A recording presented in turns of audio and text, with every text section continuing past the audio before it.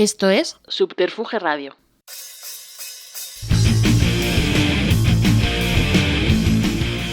Simpatía por la industria musical, con Carlos Galán, en Subterfuge Radio.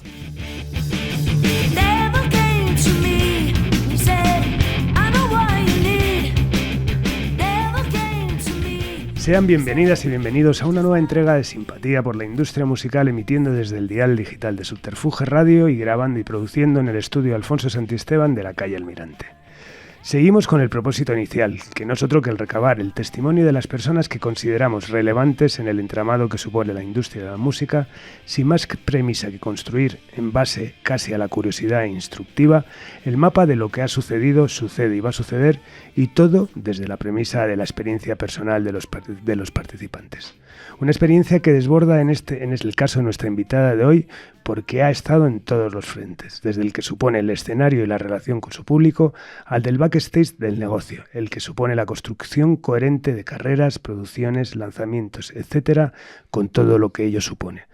Prefirió la madriguera a la trinchera, pero el fuego cruzado lo vive como todos los demás. Porque creemos conocerla un poco, porque la valoramos y apreciamos más, un auténtico placer recibir hoy, en esta nueva entrega de Simpatía por la industria musical, a la palabra y al testimonio de Vega. Bienvenida, querida. Muy buenas, amigo. Un placer tenerte aquí, de verdad. Para mí también. Y bueno, que sepas, ya sabes que bueno, es un podcast que en principio nace para profesionales de la música, digamos, siempre digo, ¿no?, de ese backstage del negocio, pero como decía aquí, tú has estado en todas las trincheras. En todas. Y bueno, pues vienes sobre todo casi, bueno, vamos a intentar hablar un poco de toda tu carrera, pero bueno, muy asociada a lo que es tu visión de la industria musical, que me interesa muchísimo. Y como te he dicho antes, voy a hacer un experimento que normalmente siempre suele ser una reconstrucción, más que una reconstrucción cronológica, utilizo esa cronología para mantener la conversación. Pues en tu caso lo voy a hacer al revés, voy a hacer una especie de Benjamin Button, entonces vamos a ir a la inversa. Y vamos a arrancar por eso que te caracteriza y que te honra, ¿no? Que esa esa cierta beligerancia que tienes en las redes muchas veces para expresar tus sentimientos como artista y como mujer, ¿no? Muchas veces. Hace poco ha salido una noticia, una compañera tuya que conocerás, Carmen Boza, decide irse del negocio de la música porque considera que el artista se ha convertido en un generador de contenidos más que en un creador. Uh-huh. ¿Qué tienes que decir al respecto? Pues mira, tendría que decirte muchas cosas. Que en estas situaciones que viven los artistas, y digo los artistas hablando en tercera persona, intento verlo desde fuera, verlo desde la Madriguera Records, me recuerda un poco a por qué monté un sello, ¿no? Porque como artista también creía que como quería llevar mi carrera y las exigencias que tenía la industria para poder seguirlas, una de dos, o me tocaba ser cola de ratón eterno, o sea, que es cola de ratón es lo más chico que hay, ¿no? Dentro de una multi, o crear un sello propio para intentar cambiar esa forma de enfrentarme al público, atenderlo y darle, pues, no solamente mi música, sino como sello, como darle el producto al final, el disco, ¿no? Las redes se han vuelto súper exigentes. Yo creo que todo esto viene basado en que hay una industria que ha evolucionado a un consumo de canciones. Hemos vuelto incluso, si hacemos un vistazo atrás, a casi los 50, ¿no?, donde se lanzaban solamente canciones, y luego a partir de ahí llegó alguien como Elvis Presley y dijo, no, yo quiero un álbum completo, ¿no? Y empezamos a vender álbums. A esto se le ha sumado pues, que en los tiempos de ahora ya no solamente son presentar canciones, sino es presentar canciones y llenar unas redes de contenido donde todo parece que se consume y toda la importancia está en lo que sucede en las redes. Para mí no hay mayor engaño que este, o sea, la vida real no cursa por ahí, y sobre todo que generamos una cantidad de contenido que la gente no es capaz de digerir. Por lo tanto, te conviertes en lo que se han convertido musicalmente en muchas otras plataformas. O sea, los festivales son lo que eran las radios, las redes son los que eran los medios de comunicación, y así con todo, de manera que da igual el qué, sino cuánto. Y en ese cuánto el artista se desgasta porque, bueno, y si ya empezamos con los independientes, no te voy a contar a ti nada, o sea, el coste que tiene para un independiente lanzar un producto, esa forma de asimilar como artista, a la vez que eres tu autogestión, tu autosello, que tienes que exigirte el estar llenando de contenidos constantemente, anula la capacidad de discernir qué está bien y qué está mal, qué es un contenido digno, o porque simplemente estás satisfaciendo pues, un hambre voraz de consumo donde no hay diferenciación entre lo bueno y lo malo, simplemente es cantidad.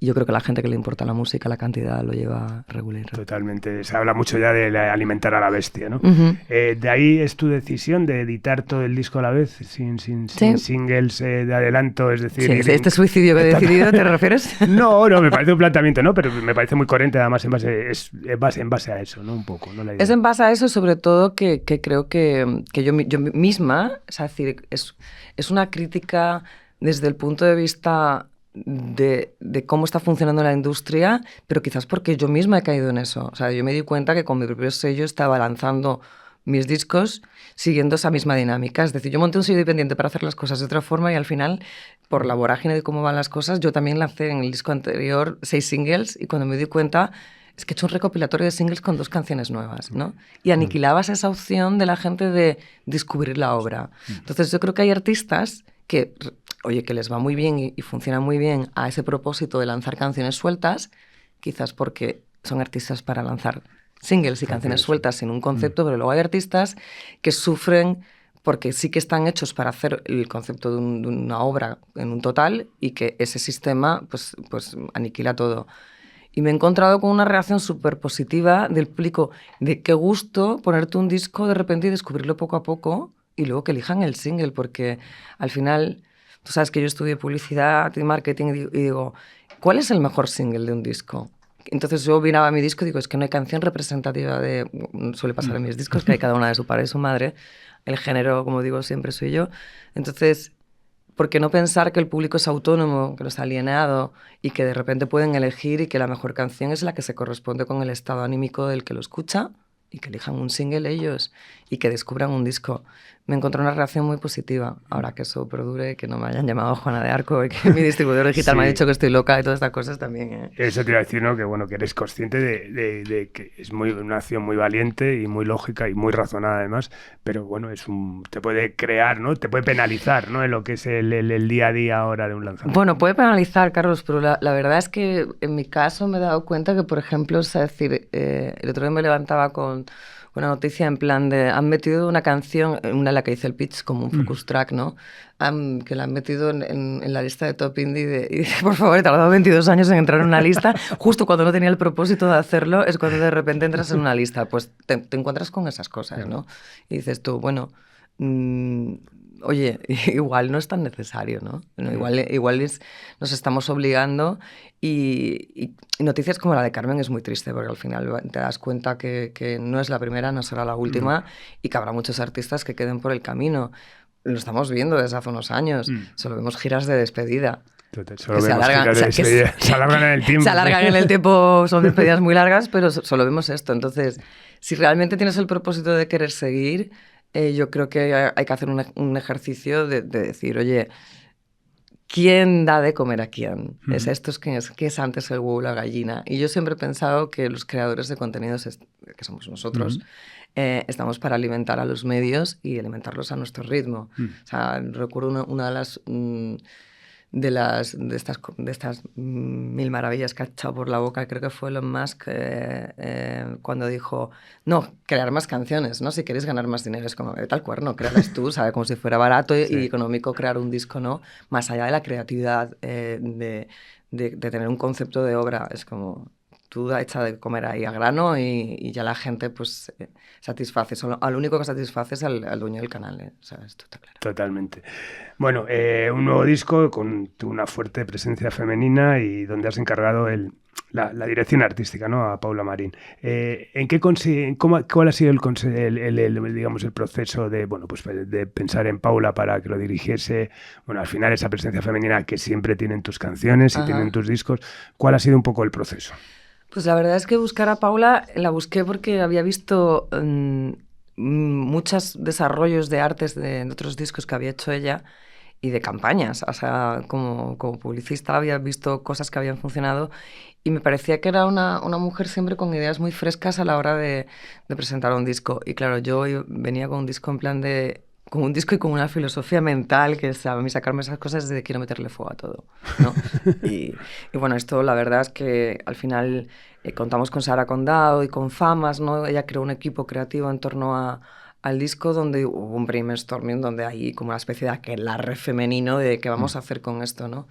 Y hablamos de la literalidad de quemar y de ahí empezó a volar la imaginación. Todo esto empezó con una caja negra de avión en el cual lo único que tuve que aportar es igual es un poco caro, ¿no? O sea, pensar que las cajas negras de avión son caras y que es algo donde podríamos guardar el disco para meterle fuego a todo lo demás. Y fuimos bajando el nivel por aquello de que somos un sello independiente que se nutre sobre todo de lo que yo escribo como autora, ¿no?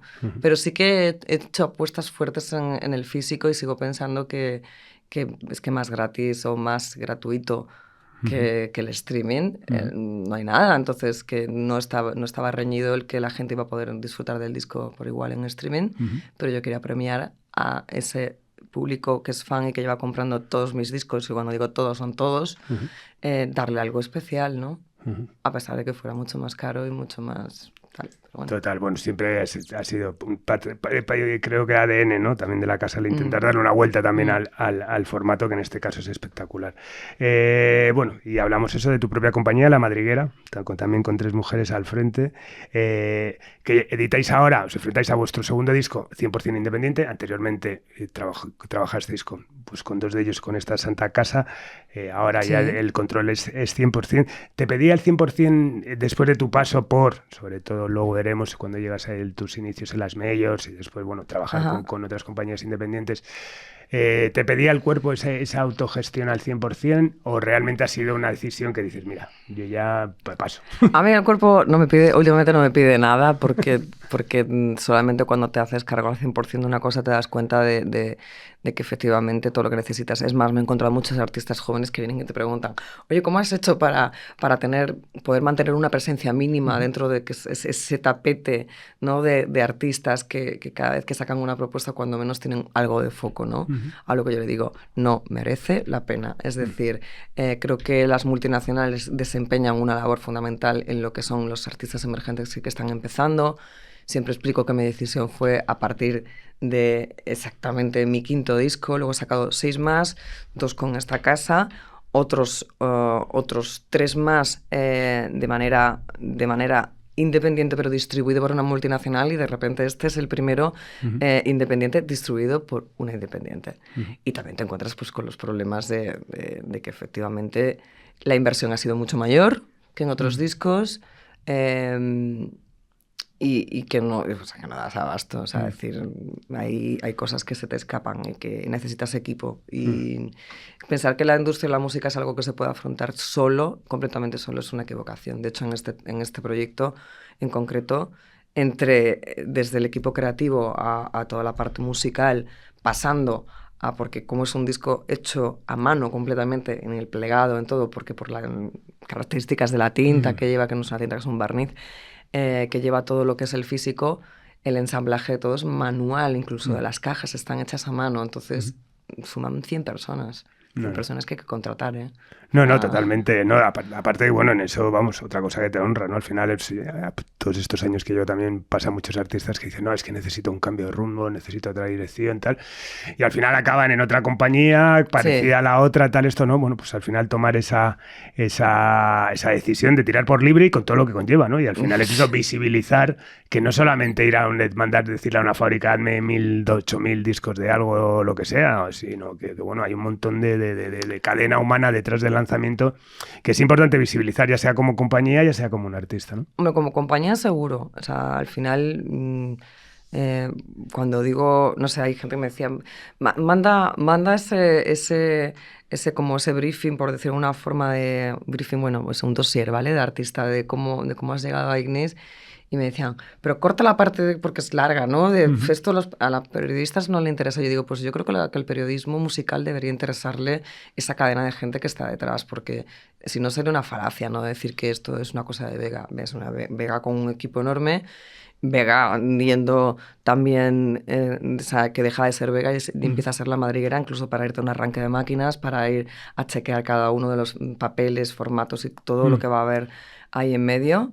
Y no sé, esta semana pasada ha estado un anuncio gigantesco en Callao y en los kioscos de Madrid, y Vega no ha tenido tiempo de hacerse ni siquiera un selfie y decir qué bonito de verme aquí, o sea, no ha tenido tiempo ni de ir a Callao, o sea, decir cosa que es absurdo, que fui a montar mi escaparate de la FNAC, esto hay que decirlo, o sea, decir, yo he ido con un disquito a montar el escaparate, esto no suele pasar cuando estás con una multi.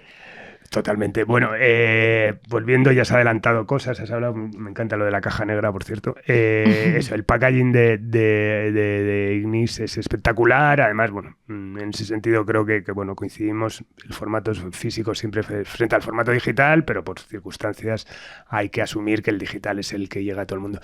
Entonces, estamos hablando de packaging espectacular. El otro día veía a Dani Marillions haciéndolo en su cuenta de Instagram, el efecto del fuego y tal. ¿Cómo mucho él, sí, es que claro, no, o sea, le veía un poco como de 2001, una odisea en el espacio. ¿Cómo se te ocurre la idea y cómo llegas? Me imagino que al final es un peregrinaje, ¿no? Es un peregrinaje. Yo creo que hay un momento en el quemarlo literalmente que estuvimos pensando de todo. Desde hablábamos del papel de mago, ¿no? Sabes que el papel de mago es un papel que tiene pues unos líquidos impregnados, que a un movimiento rápido prende una llama. Entonces, todo esto es pensar en eso y a la vez pensar en daños y perjuicios, la gente que no se queme, o sea, porque es un sello independiente. Entonces, el equipo legal pensando en que cómo vamos a cubrirnos las espaldas con esto, cómo vamos a conseguir ese efecto. Y encontramos que la tinta en Europa, como tinta como tal, se utilizaba primero en los procesos de alimentación, ¿no? Para evitar que un producto tuviera una rotura de cadena de frío. Yo creo que fue Paula Marín la que dijo, esto yo lo he visto en un libro que sacaron 100 unidades solamente de Fahrenheit, donde iba la tinta puesta de manera offset. ¿Qué problema nos encontramos con esto? Y es que en el offset tiene que entrar una máquina y echa una cantidad de tinta. En el momento que tú tienes que hacer plegados con cola que van aplicados calor, pues no funciona. La tinta en Europa, como tal, la prohibieron porque se rompían las cadenas, nada, que lo sacabas 2 minutos, se rompía la cadena de frío, entonces la dejaron de utilizar en alimentación, por lo tanto la dejaron de fabricar en Europa. Entonces empezamos a investigar y se nos ocurrió que la mejor forma era encontrar el pigmento original para crear una tinta que no fuera reversible, porque existe en Europa, pero es reversible, es decir, tú la pones en offset y luego lo que haces... le pones una temperatura de consigna, se va la tinta, pero en el momento que quitas esa fuente de calor, vuelve a negro. Yo le dije, mira, yo quiero que mi jepeto se vea, o sea, decir, lo que me faltaba ser independiente, que me cuesta la vida, que la gente reconozca quién soy, como para echarle negro, hacer una portada negra sin título y sin nada, que prende y que en cuanto que quitas la llama, yo desaparezco también. Entonces no me parecía como la gran idea de marketing. Encontramos el pigmento en Japón y formulamos la tinta, que al final no es una tinta, es un barniz, que se aplica en serigrafía para poder evitar que el plegado se haga antes, el encolado y todo, entonces todo manual, porque no puedes aplicar calor, en el momento que aplicas calor te cargas la portada. Claro, o sea que al equipo has puesto también un departamento químico, ¿no? En este caso sí, casi, sí, ¿no? bueno, de hecho ha hecho una formulación química y la patente sobre el barniz. Qué pasada. También esta no me pillas. Y supongo que se ha fabricado en Checoslovaquia como... No, es decir, lo que es el prensado del vinilo lo hace Ricky Lavado. Entonces él se encarga del prensado del vinilo y de lo que es la fabricación del CD, pero lo que es la tinta y todo el packaging lo hace Tomás Hermanos aquí en una imprenta en Madrid pequeñita, y en una formulación de un químico en Barcelona está todo hecho local, de manera local, y todo el proceso de fabricación es local. Ricky tiene unos formatos espectaculares, no sabía que estaba al final detrás de todo esto. Sí, también. Qué guay. Seguimos para atrás. En el 2013, hablábamos antes, decides poner en marcha tu propio sello, La Madriguera, ¿no? Que desde entonces has publicado 5 álbums.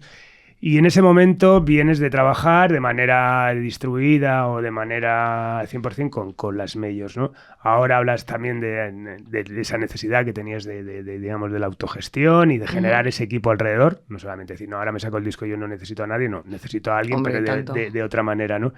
Pero ¿cuál es tu percepción en ese momento? ¿Te dio vértigo decir, me voy de los, pues eso, al final una multinacional o una compañía grande, al final te da una cierta sensación de confort, ¿no? De que te llevan, que te organizan, que te dicen, que te financian, que tal.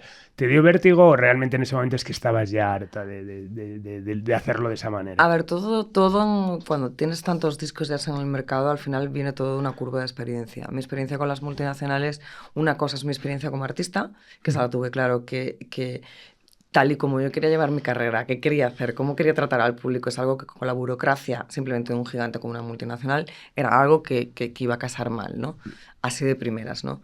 Esto como artista. Pero luego como sello, sí que es verdad que cuando he estado distribuida por multinacionales te das cuenta que bueno, que al final también tienen un roster propio y que te conviertes como distribuido, tampoco eres prioritario. Entonces, es urgente cuando tú tienes una autogestión tuya propia en que no porque la cadena final, que es la distribución, todo lo que tú te has convertido en cabeza león de tu propio proyecto porque eres el que tienes, es una autogestión, te conviertes en cola de ratón otra vez porque hay como un cuello de botella en el tema de la distribución, ¿no? Entonces lo que me encontré fue con esos hándicaps. Entonces no me da miedo. Al final lo que dices tú, ¿qué es lo peor que me puede pasar? Que en vez de ser cola de ratón me quedé en pata trasera o me quedé en costilla de repente. Pues mira, me quedé donde me quedé. Pero ya he vivido lo que significa no ser artista de roster dentro de una multinacional y tener que hacer una distribución con multinacional. Bueno, valiente por la decisión y también en el momento, ¿no? Estamos hablando del año 2013, ¿no? Bueno, todos son momentos complicados para todos, para los grandes, para los pequeños, para todos, ¿no? Toda la transformación digital, la piratería, empezaba ya a atisbarse el tema del streaming, pero bueno, era un momento complicado. Como artistas, ¿crees que te afectaba todo ese entorno tan convulso? Es decir, que hubo un momento que, joder, yo lo recuerdo como compañía, que hubo una fase que decías, coño, ¿a dónde voy, no? ¿Dónde vamos? ¿Qué vamos a hacer? ¿No? Sí. Esto se ha acabado, ¿no? No solo no se ha acabado, sino que ha ido más, ¿no? Yo recuerdo que también tiene una cosa. De la manera en la que yo vengo del mundo de las multinacionales es que yo ya tengo, no sé, el otro día me llamaban para dar un premio como referente, como diciendo, claro, ya soy vieja, ¿no? Ya tengo que empezar a asumirlo, ¿no? Sí. Que tengo 45 años y de repente, claro, sí, ha bajado tanto la media de edad, todo esto. También las plataformas que se usan determinan un poco una franja de edad, entonces de repente, donde tú serías un artista que estarías ahora mismo en el cenit de tu carrera, resulta que te has convertido en un emergente, o sea, en un referente sin haber abandonado la parte de ser emergente, que dices tú, ¿dónde están las mieles del referente, no? Pero te das cuenta que yo cuando empecé es que no había ni redes sociales, o sea, yo, y que dentro de lo que era, no era un artista prioritario dentro de la compañía, yo empecé en un chat de una página web. Entonces, para mí ese contacto con el público, que es como una versión beta de lo que eran las redes sociales, ya lo tenía súper mascado. Y es verdad que muchos artistas tuvieron que hacer esa adaptación de que me está escribiendo gente, que pueden decirme, pueden hablar, pueden opinar en un sitio público. Yo lo llevé de una forma bastante natural porque lo venía haciendo por necesidad y creé un fandom muy fiel que a día de hoy es el que ha creado mi carrera. Sí, total. Entonces lo viví de una forma muy natural. Si bien es cierto que claro que yo hablaba con la misma naturalidad que hablaba en un chat, entonces pues me di cuenta que ahora las cosas se amplifican mucho más y que cuando digo alguna cosa que está un poquito así fuera de lo políticamente correcto, sube el pan bastante. Total. Y tienes tus castigos, ¿no? Y tus cosas que también llegan. Bueno, si te consuela, yo empecé con el fax, o sea que... Ya, bueno, digo que estamos aquí, venimos ya... Bueno,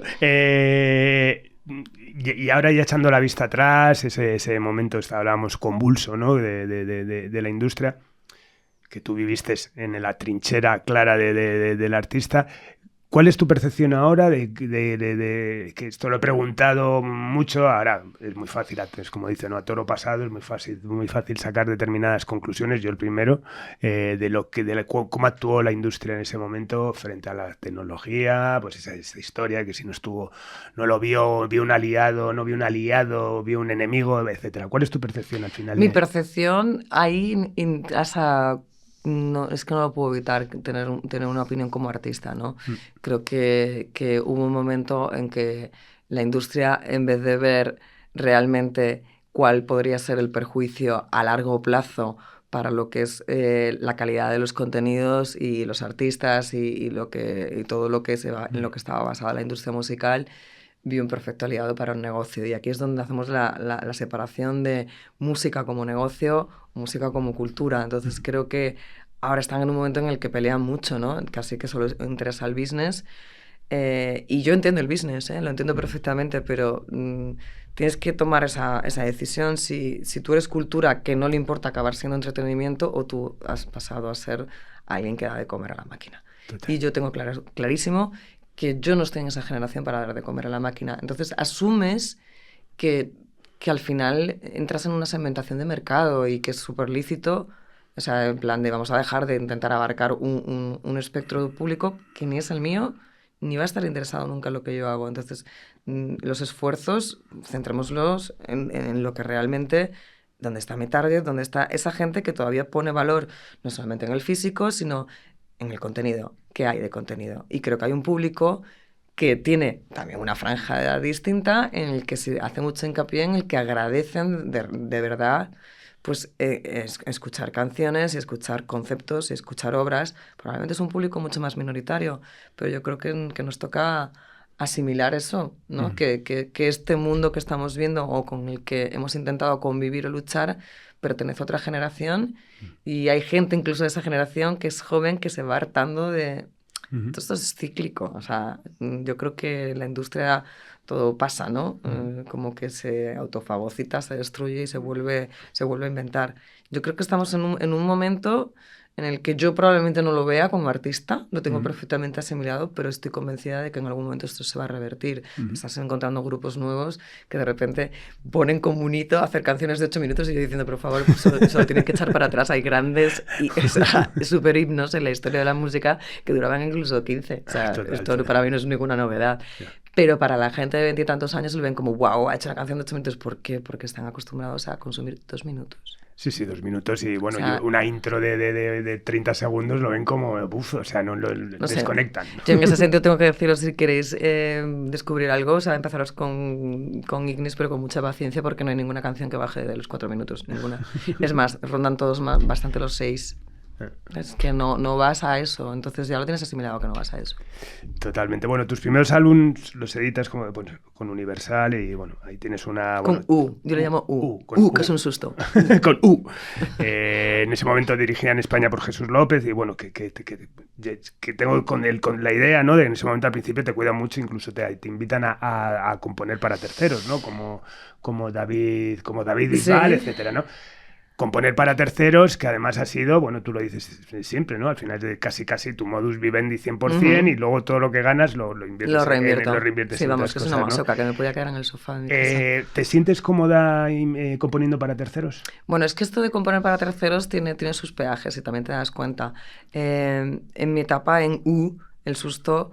yo llego cuando Jesús López decide intentar resucitar un elefante muerto gigante. O sea, yo vi pasar por ahí pues a Marcelo Castelo Branco, luego pasar a Fabrice Benoit. O sea, he visto pasar en muy poco tiempo, en un lapso de tiempo, muchos presidentes. De hecho, fui pasando por las multinacionales que pasé, es como que luego fui con Sony y a los 2 días echaron a Carlos López. Yo dije, parece que soy la killer de directivos de compañías o que les doy mala suerte en este sentido. Es verdad que me ofrecen por primera vez escribir para un artista y que lo hago con la canción del ruido para David Bisbal y esto es algo que propicia Jesús, pero es una primera canción. Sí. El resto ya empezamos con las tiranteces, ¿no?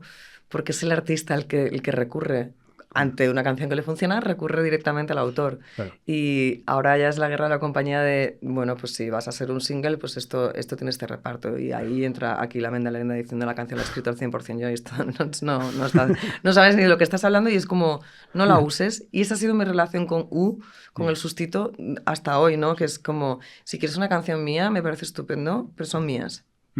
Claro, Y tú si la las utilizas, usas, sí. las usas, y si no, no las uses. Sigo buscando. O sea, que hay muchos autores, ¿no? Totalmente.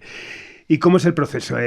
Cuando te encargan o te sugieren hacer una canción para un tercero, ¿profundizas en la música y en las canciones, ¿no? del destinatario? Es decir, se pierde el factor autobiográfico, ¿no? Que siempre es tan determinante, ¿no? A la hora de componer, ¿no? Yo en ese caso, la verdad es que juego con la ventaja de la parte del know-how de ser publicista. Al final yo cojo y lo que hago es escuchar al artista.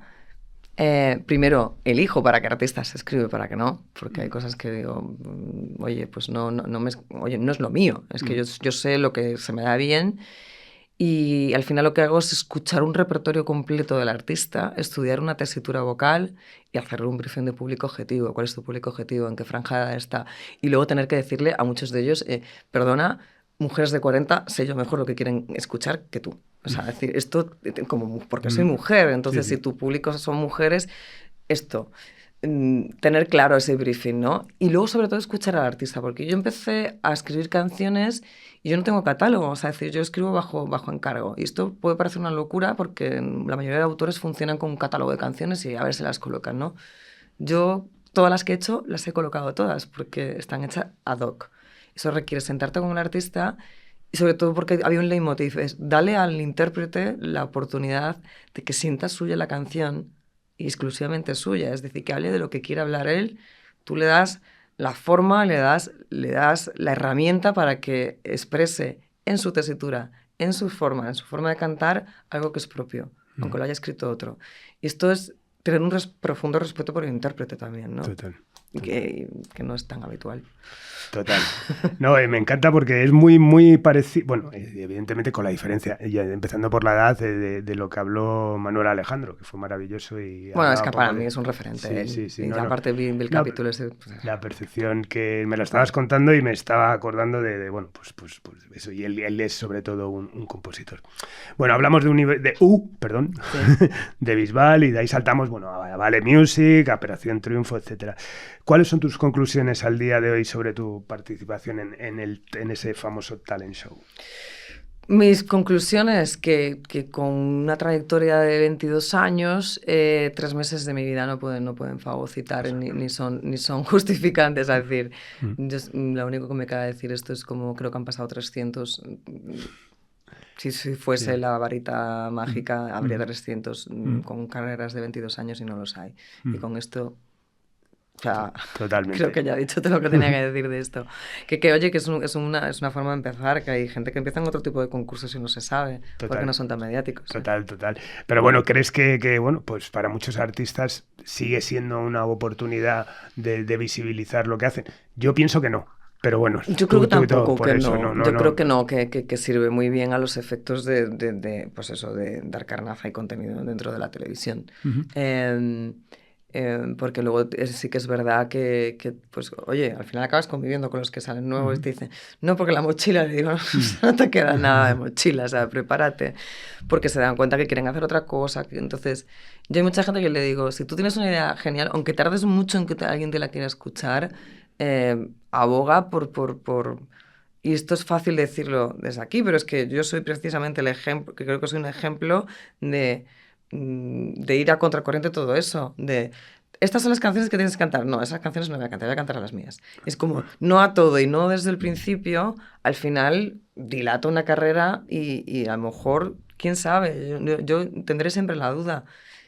Hay quien te dice, a lo mejor no hubieras tenido una carrera, o a lo mejor sí, señores, que llevo 22 años, a lo mejor hubiera conseguido, a lo mejor lo que sí que se le debe es, y creo que esto, hay una deuda a nivel, por lo menos en este país, con el formato, es que devolvió la ilusión al que pensaba que eso de hacer música era una cosa inalcanzable y que nunca se plantearía mandar una maqueta a un sello, se le borró.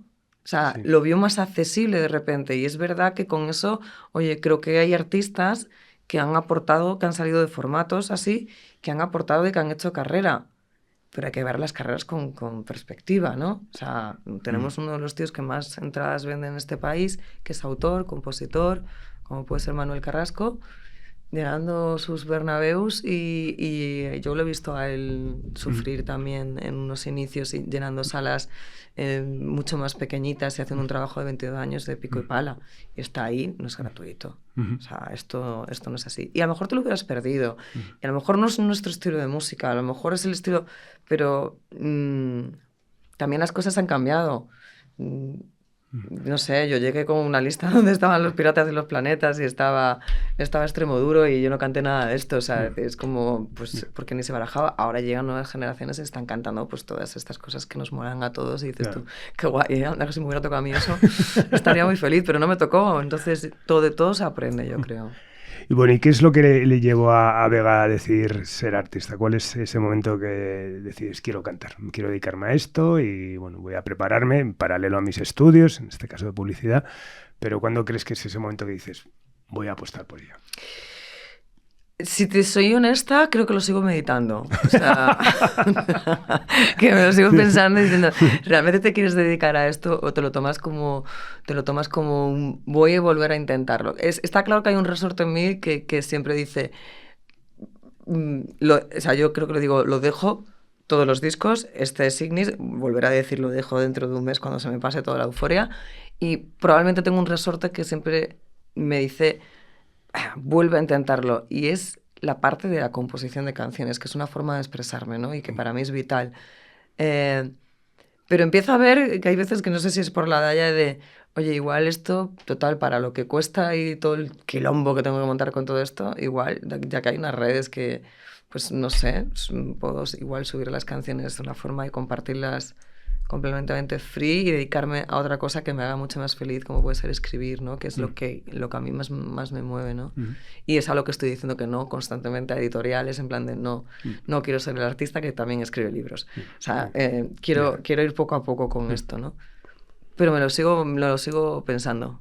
Y creo que nunca voy a tener... Supuestamente, si voy a la fecha, creo que fue con mi tercer disco, con Metamorfosis. Cuando decidí, quiero dedicar... El tercero, sí, ¿eh? Sí, o sea, sí. quiero dedicarme a la música. Y ese... luego, pues acabó en... Me quiero ir de las multinacionales, así que tampoco lo tengo tan claro. O sea, pero bueno, ¿existió esa niña que quería ser artista? ¿Existió esa niña que veía...? Existió esa niña que veía a los Planetas, incluso que veía a Cristina Rosenvinge como un referente con su guitarra y es esa niña que no era consciente de cuán difícil era el papel de la mujer dentro de la industria. Existió en algún momento, pero es que todo mi llegar a la industria ha sido de manera atropellada, es decir, desde comenzar a escribir canciones, para mí era musicalizar un diario. De eso pasó, que tengo los diarios y recuerdo las melodías de cosas que están escritas y no están grabadas. Te apuntan tus amigas porque están cansadas de oírte cantar en una residencia de la universidad, te apuntan a un formato y aún sigo decidiendo cuál es mi sitio, ¿no? Es en plan, ¿cuál es? ¿No? Totalmente. Pero existió. Debe de existir, si no lo que soy es masoca, o sea, lo tengo claro también, tendría que hacérmelo ver. Bueno, y volviendo al presente y con todo lo que ha pasado desde esa niña hasta el día de hoy y todos estos pasos, siempre termino con una pregunta, ¿no? Recurrente en Simpatía por la Industria Musical es, ¿quiénes han sido tus referentes? ¿A quién tienes que agradecer? Si tienes que agradecer a alguien el estar, pues casi hoy, ¿no? Presentando a Ignis, tu octavo disco. Hay mucha gente a la que tengo que agradecer. Yo creo que para bien o para mal, lo que sí que tengo claro, y creo que quien me conoce sabe que es así, es que en todo ese periplo de pasar de montar la madriguera, salir de las multinacionales, incluso desde los principios, decir que no hubo nadie echando un cable es mentira. Que hubo más gente echando sogas que gente echando cables, de los de ayudar, sino sogas alrededor del cuello, esto lo tengo claro. Hubo mucha más gente echando sogas. Pero sería muy, muy, muy injusto no agradecer esos cables que sí que tendieron una mano y me voy desde un principio, pues fíjate a un José María Cámara, que cuando yo todavía estaba dentro de una multinacional hablaba conmigo como un artista, una rara avis dentro de lo que estaba dentro de la industria, ¿no? Y ahí me estoy remontando a muy atrás, a esa primera vez que coincido con Sebastián Cris y viniendo de mundos tan distintos, bueno, es uno de mis mejores amigos a día de hoy, ¿sabes? Él abrió ese mundo, esa puerta y luchó mucho porque a mí se me considerara no solamente como artista, sino como autora, se pusiera en valor. O sea, él ha llegado a decirme con un repertorio de esto no hay quien lo arregle, solo lo puede arreglar ella y entrar y decir, ella va a llegar con unas condiciones porque ella es ella. O sea, esto es así, ¿no? Pues gente como Elvis Costello, que quieras o no, estuvo ahí y siendo una figura internacional, cero prejuicio, pues no solamente es no, yo voy a cantar contigo italiano, sino te voy a encargar o sea, que me hagas la adaptación de mis obras. Es decir, hay gente ahí determinante. El mundo bueno, aquí mismo, en esta casa, ¿no? Yo quiero saber qué es un sello independiente, quiero saber cómo se mueve. Pues en mis años en Subterfuge pues aprendí también muchas cosas y esto está dentro del bagaje de gente positiva que me llevo. De ahí, pues, a artistas, Iván Ferreiro, que quieras o no, encontrar artistas solidarios o artistas que quieran echar un cable en esta industria es muy difícil. No todos son tan buenos como parecen, ni los malos son tan malos, ¿vale? O sea, hay un poco de esto y él me parece un artista tremendamente generoso y que a mí, honestamente, en un momento difícil, pues me rescató una canción que para mí era importante y le dio un altavoz que no hubiera tenido si no hubiera sido a base de él. Agradecimiento también, pues en su día, que no quiere decir que sea a día de hoy, en su día a David Bisbal, ¿no? Porque al final él hizo una apuesta con mis canciones, aunque no sea continuada en el tiempo, pero por hacerlas llegar a la audiencia y darme la oportunidad, igual no tanto de que conocieran quién hay detrás, pero para mí darme la oportunidad de chequear que lo que yo escribo no era un problema, que a lo mejor el problema era la forma en que yo entraba en la industria y con mis verdades y que esto es más doloroso que mis canciones funcionan, lo tengo no solamente a través del chequeadísimo, sino con el orgullo de ver sentada en una silla, pues ver cómo una gente corea a piñón, y eso ahí no hay trampa ni cartón, y hay un repertorio muy largo y darte cuenta que son las tuyas las que están ahí, pues eso también se lo tengo que agradecer, ¿no? Y sobre todo a mis hermanas, son las que más, porque sin ellas no hubiera podido emprender nunca algo como La Madriguera, y desde el respeto absoluto y la dedicación total a trabajar, porque si alguien piensa que ser artista es llegar, poner la cara, sonreír, todo el trabajo que hay detrás, vosotros lo sabéis, son muchas horas, y sobre todo, pero al que más, después de mis hermanas, al público. O sea, el público soberano. Totalmente. Pues de verdad, nada, muchísimas gracias, la verdad es que ha sido fantástico. Lo esperaba, pero vamos, ha cubierto todas las expectativas y encima, bueno, como te he dicho, para mí era algo especial, era hacerlo de manera al revés. Creo que nos ha salido bien. Se nos ha escapado, voy a hacer un inciso, porque como me gusta que esto fluya de manera natural, no quiero hacer un montaje, quizás ese aspecto de la producción, has hablado de Sebastián Cris, en este caso, en este disco has cambiado por Ricky, que, bueno, pues aquí somos muy fans de Sebastián Cris desde el aspecto artístico, humano y todo, y le mandamos encima un súper abrazo. Pero creo que Ricky ha hecho un gran trabajo. Bueno, no es que quizás como no estoy hablando de Ignis, se me olvida recaer en tal, pero tengo que decir una cosa. Ignis, hubo un intento de hacerlo en Estados Unidos antes. Hice 7 canciones, pagué la producción de 7 canciones y dije, esto no soy yo. Pagué la producción, aparqué el proyecto y hablando con Sebastián le dije, ostras, es que no es, y yo tengo que encontrar el producto para este disco porque creo que las canciones lo merecen, ¿no? Y hablando con él me dijo, ¿tú te acuerdas cuando hice el disco de impronta de Lori Meyers, que lo hice con Ricky Fowler, y tú me dijiste, que te gustaba, que me gustaba más, porque a mí me gustaba ese sonido más indie, que me gustaba más que el que había hecho antes, o no sé si era por las canciones también propiamente dichas, y que tú ya seguías la carrera de Ricky. Entonces, ¿por qué no piensas en Ricky? Y yo ya entré con esta mochila de prejuicios. Es que yo no sé si Ricky Fallner va a querer producir un disco de Vegas, a decir esto cómo va a ser, ¿no? Y ahí tengo que agradecerle porque, claro, Ricky ha sido como todo confort, o sea, desde el minuto 1, encontrar las canciones. Esto de encontrar un productor que de repente no te diga, sube el tono, acorta la canción, o sea, decir que, oye, que en ese sentido Sebastián es un hitmaker, ¿no? Él coge una canción y está acostumbrado en un mercado americano a convertirlo en lo que son, en hits, ¿no? Y yo he tenido muchas peleas con Sebastián porque yo tiraba para un mundo y decía, ¿ves que tú no entiendes España? Y digo, tú estás muy, muy americanizado y no entiendes esto. Y la comunión ahí con Ricky ha sido maravillosa porque me ha permitido ser quien soy, no me ha puesto pegas a nada y encima ha aportado un universo sonoro dentro de Ignis que yo creo que se nota la diferencia con discos anteriores. Y el equipo que ha puesto grabando, que es que no, o sea, no hay quejas. Está Xavi Mole la batería, Dani Ferrer en los teclados, Víctor Valiente la guitarra, Jordi Mora en esa mezcla, ¿no? Que es más oscuro. Entonces yo era como en plan de más oscuridad y más oscuridad, la voz más baja. Y me decía, madre mía, digo, tú vas a llegar con un disco que la gente va a decir dónde está Vega, ¿no? Y, oye, pues si algo le debo a Ricky, aparte de la amistad de que es, vamos, amor, ya esto es una fraternidad irrompible, es el haber llevado a la persona a un lugar de confort, de sentirse identificado con lo que está sonando 100%. Total. Y bueno, al final has hecho un packaging, un continente tan espectacular que lo que hay que fijarse encima es en ese contenido que es igual de espectacular o más. Para mí más. Y que, bueno, pues mira, qué guay esta apreciación final porque creo que Ricky ha aportado algo importante y había que visibilizarlo. Total. Lo dicho, que muchísimas gracias. A vosotros. Ha sido un auténtico placer volver a recibirte volver a estas oficinas, sí, claro que sí. Pues nada, muchísimas gracias. Nada más, despedimos esta nueva entrega de Simpatía por la Industria Musical, emitiendo desde el estudio Alfonso Santisteban de la calle Almirante en Subterfuge Radio con Laura Rodríguez a los mandos técnicos y nos vamos, como no podía ser de otra manera, con una canción del último disco de nuestra invitada de hoy, quizás mi favorita, Vega. Nos vamos con Incondicional. Adiós.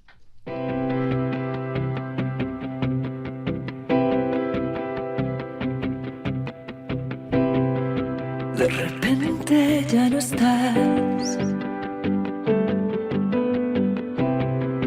y me cuesta comprender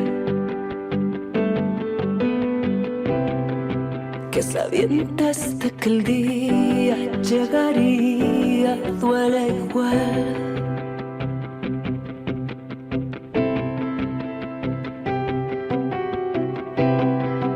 Y les cuesta empatizar